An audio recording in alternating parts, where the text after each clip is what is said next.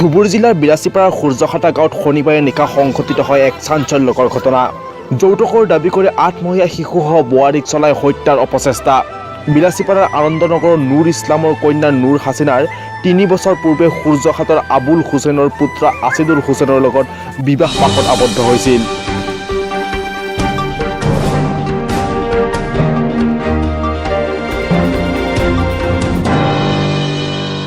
নুৰ হাছিনাৰ অভিযোগ মতে বিয়াৰ পিছৰে পৰা নগদ ধন আৰু যৌতুক বিচাৰি শাৰীৰিক মানসিক নিৰ্যাতন চলাই আহিছিল স্বামী পৰিয়ালে।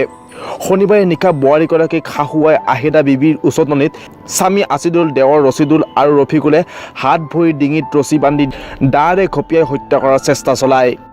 বাইক চাইক সব দিছে, তারপরে আরো 1 লাখ টাকা চায়, আর একটু বাইক না হয় আরো 4 চাকা গাড়ি লাগে, আর তাই মোক মারি থাকে। যেতিয়াই কামতে আহিব খালি মারিব, মায়ে বুদ্ধি দিব আর মারিব। মায়ে কয় গলত রশির লগাই তাতে নটকাই থাক, তারপরে কনে কি করব আমি ভাতিব না। আর যেতিয়াই আহিব তেতিয়াই মারে। একো কোনো 5 দিন পরে আহিলেও মারিব, 2 দিন পরে আহিলে মানে কোনো শান্তি নাই। মায়ে খালি বুদ্ধি দিয়ে স্বামীয়ে মারে। কি নাম স্বামীর? আশিদুল। তার ভাই মারে। কি নাম? ছোটটার নাম রশিদুল, এটার নাম রফিকুল। আর শাশুড়ি এইবিলাক কয়, শাশুড়িও মারে। শাশুড়ির নাম আহেদা বিবি। গাঁওখনৰ নাম কি আছে? গাঁওখনৰ নাম সূৰ্যখাটা। মানে আপোনাৰ কিবা সন্তান আছে নেকি? সন্তান আছে, মোৰ এটা ল'ৰা আছে, 8 মাস বয়স। আপোনাৰ এটা সন্তান আছে? সন্তানকো মাৰিব খোজে, কয় মাৰি পেলাও, তাক মাৰি পেলালে ভাল। আজি কি কৰিব ধৰিছিল তোমাক? আজি মই খালি চাউল আনি চাইছো যে চাউল আনি দিয়, এই কাৰণে মোক মাৰিছে। গলত ৰছী লাগে নটকাই দিব কাৰণে যে গলত দা বজাইছিল, জব কৰি দিব বোলে মোক। মানে হত্যা কৰিব বিচাৰিছে? হত্যা কৰিব বিচাৰিছে।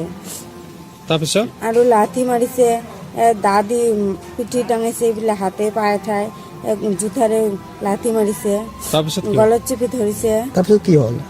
তাৰপিছত চবে চিঞৰ বাখৰ কৰাতে ওচৰৰ মানুহবিলাক গোটেইবিলাক আহিছে। আৰু পিছত তেওঁলোকেও এত চেষ্টা কৰিছে, কিন্তু তাই নামানে। আৰু চবেকে আটকে থৈ মোক মাৰি যায়। তাৰপিছত বান্ধি থৈ মাৰিছে, বান্ধি থৈ জোতা দি ঘূৰিছে, হাতেৰে ফুকি দিছে, নাক চাক দি চব ৰক্ত ওলাইছে। পুলিচ গ'ল নেকি? পুলিচ আহি তাক লৈ আহিছে থানা। মহিলাগৰাকীৰ চিঞৰ বাখৰ শুনি ওচৰ চুবুৰীয়া আগুৱাই আহি আৰক্ষীক খবৰ দিয়ে। স্থানীয় লোক আৰু আৰক্ষীৰ উপস্থিত কথমপি ৰক্ষা পৰে শিশু আৰু বোৱাৰীগৰাকী। পিছত আৰক্ষীয়ে মহিলাগৰাকীক উদ্ধাৰ কৰি থানালৈ লৈ আহোঁতে আৰক্ষীৰ উপস্থিতিৰ উমান পাই মহিলাগৰাকীৰ স্বামী আৰু দুই দেৱৰ পলাই যায়।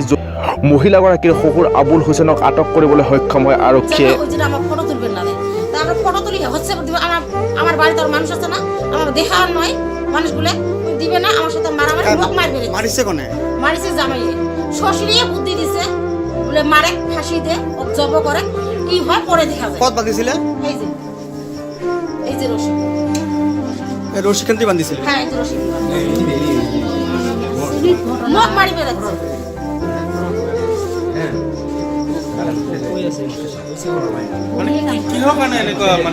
এনেকুৱা কি কাৰণে মানে বৰ বেটি বোলে খাই বেছি, সাৰাদিন কাম কৰি থাকে, অল্প যদি নৰা নামা হয় যে ডাকায় যদি না শোনে, তেই কয় যে খাই বেশি, কাম করে না, রাক্ষসের নাম খায়। বাপের বাড়িতে ওইরকম করে খাইছে, ওই কি করি বেড়াইছে রাক্ষস। আমরা বাপ মা মানে বহুত বেয়া।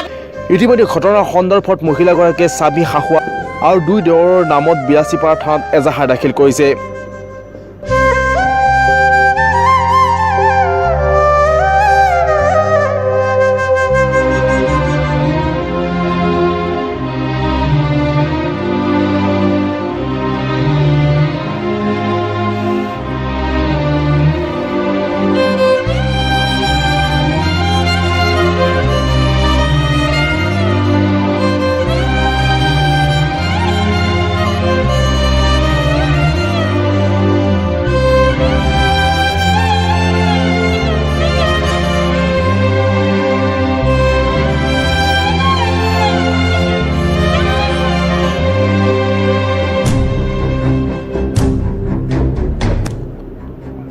উক্ত ঘটনাটোৰ পিছতে অঞ্চলটোত এতিয়া তীব্ৰ চাঞ্চল্যৰ সৃষ্টি হৈছে।